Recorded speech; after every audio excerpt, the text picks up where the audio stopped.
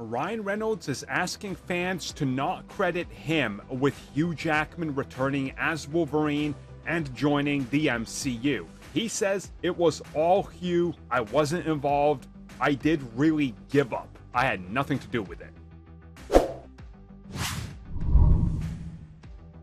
Every time Ryan Reynolds is talking about the future of Deadpool and talking about anything involving the MCU, the X-Men, or anything, the conversation always shifts to, okay, let's talk about Hugh Jackman, let's talk about Wolverine. So in recent interviews, he's explained many times how this all came to be. And again, he wanted to set the record straight, stating, again, nothing here was me. I truly did give up hope. I want all the credit to go to Hugh Jackman. He was the one that made this possible. He's the one that got excited for it. He's the one that reached out to everybody and said it's time. It was his excitement, all his doing. I pressured him early on for Deadpool 1 and 2, but he never bit. So I gave up hope.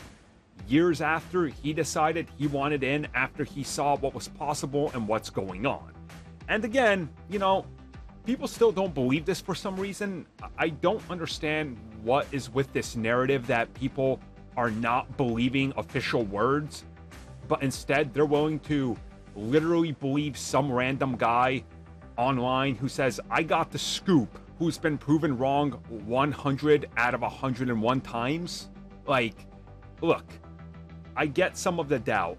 I get what people are saying, but isn't there just this possibility that Hugh Jackman saw what was going on, which he himself said is exactly what happened, with all the excitement surrounding returns of people like Tobey Maguire, Andrew Garfield, the multiverse, talking to Patrick Stewart and saying, man, I really got that itch again. I really want to get back into it. And then he was just like, okay, it's time. It's not going to take away anything. We can make this work.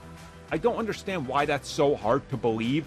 And people are saying that, oh, Hugh wouldn't do this. He retired. Guys, he retired 3 times before. Like, there's nothing here. I mean, how many times has Ric Flair retired from wrestling? A dozen times in the last 15 years, at least? Okay, exaggeration, but you get what I'm saying, right? Like, him and Ric Flair are going toe-to-toe with how many times can somebody retire from what they want to do and what they're doing and then come back to it. Like, look, Hugh Jackman wanted back in. He made it possible. Thank him, not anybody else.